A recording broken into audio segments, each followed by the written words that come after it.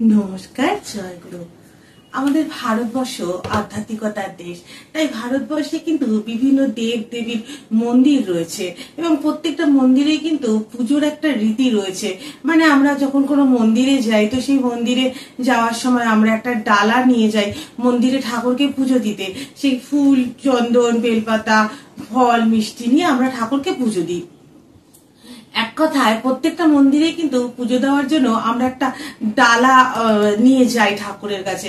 তো একজন দাদা আমাকে জিজ্ঞাসা করেছে যে প্রত্যেকটা মন্দিরে তো ডালা দিয়ে আমরা পুজো করি, তো আপনাদের সৎসঙ্গে কিভাবে ঠাকুরের পুজো হয়, মানে আপনাদের পুজোর ডালাটা কি? তো আমার সেই দাদাটার কথাটা খুব ভালো লাগলো যে সত্যি তো যারা সৎসঙ্গের বাইরে তারা তো এই প্রশ্নটা করতেই পারে যে সৎসঙ্গের ডালা কি, এবং আমরা যারা সৎসঙ্গের ভেতরে আমরাও কি জানি যে সৎসঙ্গের পুজোর ডালাটা কি, বা আমরা কিভাবে ঠাকুরকে পুজো করার মানে উচিত, বা ঠাকুর কিরকম পুজো চেয়েছেন সেই প্রসঙ্গে কিছু বলার চেষ্টা করছি। ঠাকুর এক জায়গায় বলেছিলেন, তোরা বাজারের ফুল দিয়ে আমাকে পুজো করিস না, তোরা নিজেরা ফুল হয়ে ফোট, আর তোদের সেই সৌরভ যেন বিশ্বকে মুখরিত করে। অর্থাৎ ঠাকুর চেয়েছিলেন আমাদের কাছে যেন আমরা আমাদের অন্তঃকরণ থেকে ঠাকুরকে পুজো করি, আমরা যেন অন্তঃকরণ থেকে শুদ্ধ হয়ে ঠাকুরের কাছে আত্মনিবেদন করি। কারণ ঈশ্বর তো প্রকৃতপক্ষে আমাদের অন্তরের মধ্যে থাকে, তাই সেই অন্তরাত্মার মধ্যে যদি আমরা ঈশ্বরকে প্রতিষ্ঠিত করতে পারি, এবং ঠাকুর অনুকূলচন্দ্রের যে বিশেষত্ব তা হলো তিনি প্রত্যেকটা মানুষের মধ্যে চেয়েছিলেন যেন সত্যিকারের মানুষত্ব গড়ে ওঠে, কারণ তিনি ছিলেন মানুষ তৈরির কারিগর। একজন প্রকৃত মানুষ যদি আমরা হতে না পারি তাহলে এই যে ফুল, চন্দন, মিষ্টি, ফল এগুলোর কি সত্যিই কোনো মূল্য আছে? এবং এই যে আমরা মন্দিরে মন্দিরে গিয়ে ভিড় বাড়াই, আমরা পুজো কেন করি? পুজোর সঠিক অর্থই বা কি? পুজো হচ্ছে যে আমরা যে দেবতা বা দেবীর পুজো করে আমরা তার যে বৈশিষ্ট্য, তার যে মানে জীবন চলনা, আমরা সেই জীবন চলনাকে নিজেদের মধ্যে আয়ত্ত করতে চাই। তাই শুধুমাত্র এই ফুল বা ফল, মিষ্টি দিয়ে পুজো করলে কিন্তু আমরা সেই দেব বা দেবীকে কখনোই লাভ করতে পারবো না। আমরা যখন সৎসঙ্গে, আমরা যারা সৎসঙ্গী, আমরা যখন ঠাকুর বাড়ি যাই দেওঘরে, তখন সেই আটচালায় যখন ঠাকুরের সেই মূর্তির সামনে গিয়ে দাঁড়াই, তখন কিন্তু আমরা ঠাকুরের কাছে মুক্ত কণ্ঠে, যারা প্রকৃত সৎসঙ্গী, মুক্ত কণ্ঠে বলতে পারি যে ঠাকুর, আমার চরিত্রের তো এই ভুলটা আছে, আমি পরের বার যখন আসবো তখন আমার চরিত্রের এই ভুলটা সংশোধন করার চেষ্টা করব।